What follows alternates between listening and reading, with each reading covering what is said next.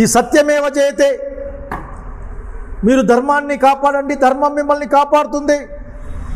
బహుశా మీరు అనుకుంటూ ఉండుంటారు అధర్మాన్ని మీరు కాపాడండి, అధర్మం మిమ్మల్ని కాపాడుతుందని మీరు అనుకుంటూ ఉండుంటారు.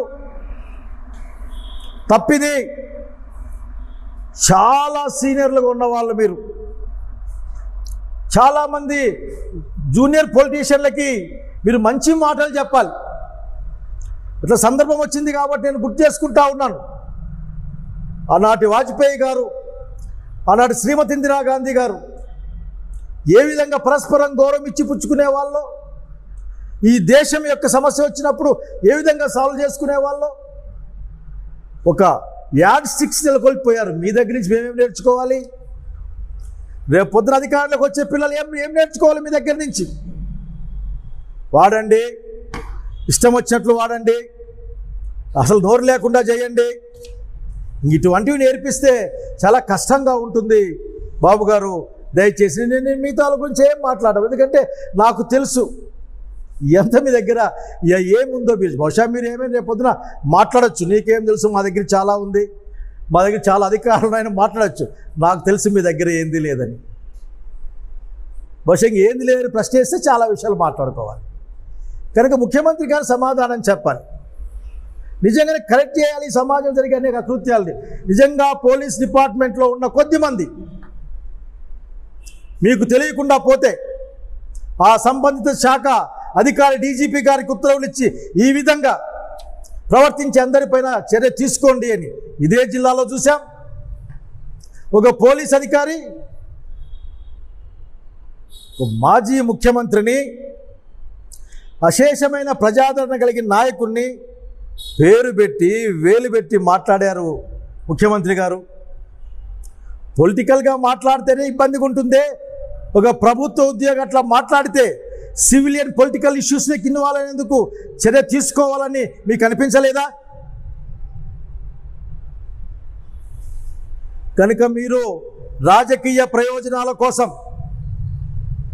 స్పష్టంగా చెప్పాలనుకుంటున్న మీ యొక్క రాజకీయ ఆధిపత్యం కోసం మిమ్మల్ని ఎవరూ ప్రశ్నించకూడదని, ఈ దేశం మొత్తం ఇబ్బందుల్లో ఉంటే మిమ్మల్ని ఎవరు ప్రశ్నించకూడదని మీ ప్రభుత్వం పేరు మీద ఈ రోజున మానవ హక్కులు లేకుండా పోతున్నాయి. రాష్ట్రంలో చట్టబద్ధమైన హక్కులు లేకుండా పోతూ ఉన్నాయి. సుప్రీంకోర్టు మార్గదర్శకాలని అమలు చేసే వాళ్ళు లేరు. చాలా స్పష్టంగా చెప్పింది ఏ కేసుకి ఏ విధంగా పెట్టాలని. వ్యవస్థీకృత నేరం అంటే ఏంటో స్పష్టంగా చెప్పింది. కానీ మీకెక్కదు. ఫిమేల్ వాళ్ళని అరెస్ట్ చేయాల్సి, మహిళలు అరెస్ట్ చేయాల్సి వస్తే ఏ టైంకి ఎట్లా అరెస్ట్ చేయాలి, మహిళా పోలీసులు ఉండాలి, రాత్రిపూట స్టేషన్లో పెట్టకూడదు, అనేక మార్గదర్శకాలు ఉన్నాయి. అసలు గయాన్ని ఒకసారి అడగాలనుకుంటా ఉన్నాను. భారత రాజ్యాంగం ఆర్టికల్ ప్రకారం, ఆర్టికల్ 14 ప్రకారం సమానమైన అవకాశాలని, అట్లాగే సమానమైన గౌరవాన్ని, సమానమైన న్యాయాన్ని పొందే హక్కు కలిగి ఉన్నాం. మీకు చెప్పాల్సిన అవసరం లేదు ఎందుకంటే చాలా పెద్దవాళ్ళు మీరు.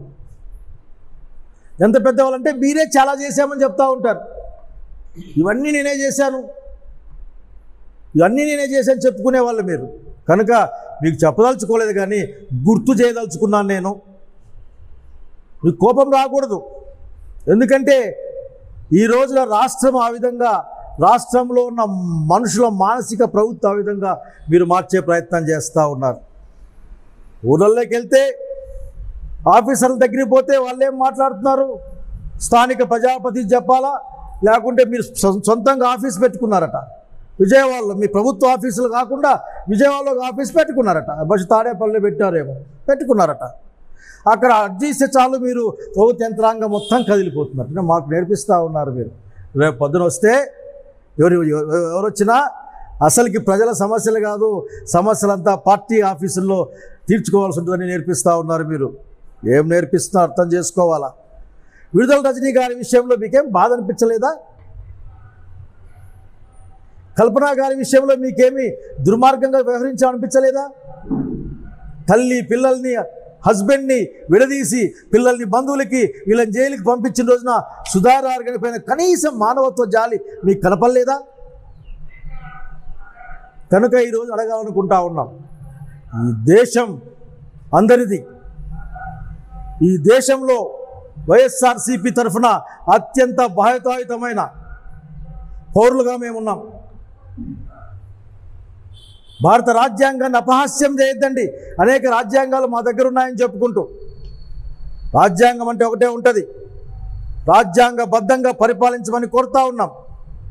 స్వేచ్ఛ, సమానత్వం, సౌభాతృత్వం, మనిషికి మనిషి అయినందుకే వాడికి ఇచ్చే గౌరవం, వాడి హక్కులు, వీటన్నిటినీ కాపాడాల్సిన బాధ్యత ప్రభుత్వం పైనే ఉంది. కోర్టులు లెక్క చేయరు, ఉత్తర్వులు లెక్క చేయరు, ఒకవేళ అభిశంసిస్తే తిడితే లెక్క చేయరు.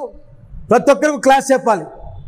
ప్రతి ఒక్క వ్యవస్థీకృత నేరాలపైన ప్రతి ఒక్క స్టేషన్కి ఒక క్లాస్ చెప్పాలి. కనుక హేళన చేయడం లేదా హింసించి ఆనందపడడం ఇవన్నీ కూడా మానవ లక్షణాలు కాదేమో అని నా అభిప్రాయం. కనుక దయచేసి మీరు ఫ్రెండ్లీ పోలీస్ మాది, కమ్యూనిటీ పోలీసింగ్ చేస్తామని చాలాసార్లు చెప్పుకుంటుంటారు. బస్ స్టాండ్లో మీటింగ్లు పెడతారు, ఊళ్ళల్లో మీటింగ్లు పెడతారు, రకరకాలు చేస్తారు. మరొక్కసారి నిజంగా నిజమైన పోలీసింగ్ ఈ సమాజాన్ని, శాంతి భద్రతల్ని, ప్రజల యొక్క ధైర్యాన్ని కాపాడే పోలీసింగ్ ఏ విధంగా ఉండాలో, అందరికీ సమానమైన హక్కులు వచ్చే విధంగా ఏ విధంగా రక్షణ కల్పించాలో మరొకసారి మీరు తిరిగి వాళ్ళకి నేర్పించాల్సిన అవసరం ఉందేమో ఆలోచన కోరుతాను. డ్యూ రెస్పెక్ట్ ఆఫ్ ఒక తగిన గౌరవంతో పోలీస్ శాఖ వారిని కోరుతూ ఉన్నాను. ఎవరైనా మీరే ఉంటారు, మేమున్నా మీరే ఉంటారు. కానీ ఎవరు వాడుతున్న సమస్య, ఎట్లా వాడుతున్న సమస్య అనుచితంగా మీరు వాడబడేటప్పుడు మీ అంతర్గతంగా అయినా సరే మీరు చర్చించుకొని దాన్ని సరిదిద్దుకోవాల్సిన అవసరం ఉంటుందని నేను భావిస్తూ ఉన్నాను. ఆ విధంగా చేయమని నిజంగా even though I am ex minister, I am requesting you and appealing you, please think some of your officers how they are behaving in this state.